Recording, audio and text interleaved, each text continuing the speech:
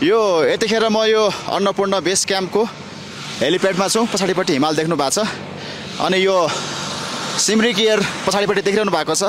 मलाई थोरै यहाँनिरको अलिकति कुराहरू अलिक जटिल लाग्यो भएर यो कुरा भन्न मन लाग्यो। तपाईहरुले हेर्दै हुनुहुन्छ भने फेसबुकबाट शेयर गर्नु होला र यो टुरिज्म बोर्ड, एकाप अनि सिमरिक एयर विशेष गरेर त्यसमा पुगाउनु होला।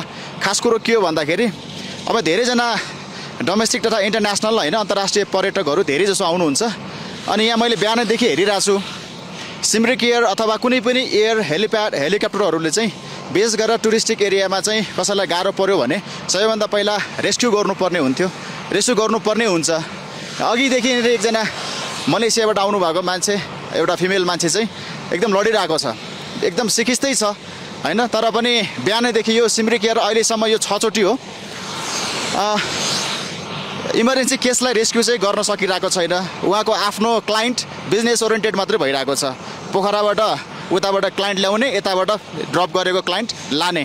इभन ठाउँ हुँदाहुँदै पनि एकदमै गाह्रो परेको, बिरामीले सेल्टिरहेको, सास फेर्न गाह्रो परिरहेको मान्छेलाई चाहिँ लग्न सकिरहेको थिएन। अहिले बल्ल यो 6औं चोटिमा चाहिँ अहिले बल्ल भन्दा ऊ 6औं चोटि लगिरहेको छ। तपाईँले देख्न सक्नुहुन्छ उहाँ मान्छेलाई घिसारेर लगिरहेको छ हैन।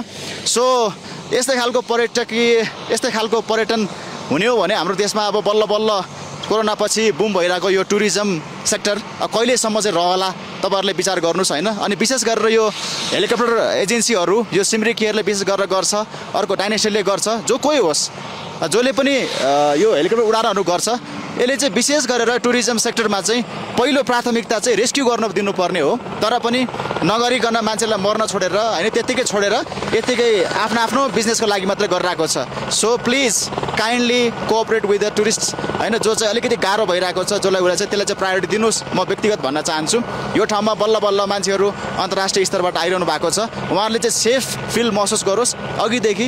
अनि बल्ल अहिले भर्खर उडिरहेको छ। ल तपाईहरुले पनि यो चाहिँ सम्बन्धित ठाउँसम्म मेन्सन गरिदिनुस्, सेयर गरिदिनुस् है त। मेरो यहाँ आएर मैले देखेरको भएर मलाई चाहिँ नभनिकन बस्न मन लागेन। सो यति चाहिँ इम्प्रुभ गर्नुपर्छ, पहिलो चाहिँ रेस्क्यु गर्नुपर्छ भन्ने हो हेलिकप्टरले चाहिँ है, न कि बिजनेस ओरिएन्टेड सबै आफ्नो क्लाइन्ट मात्र उडाउने। ठाउँ अलिकति हुँदाखेरि पनि नलाने, यो चाहिँ साँच्चीकै गलत हो।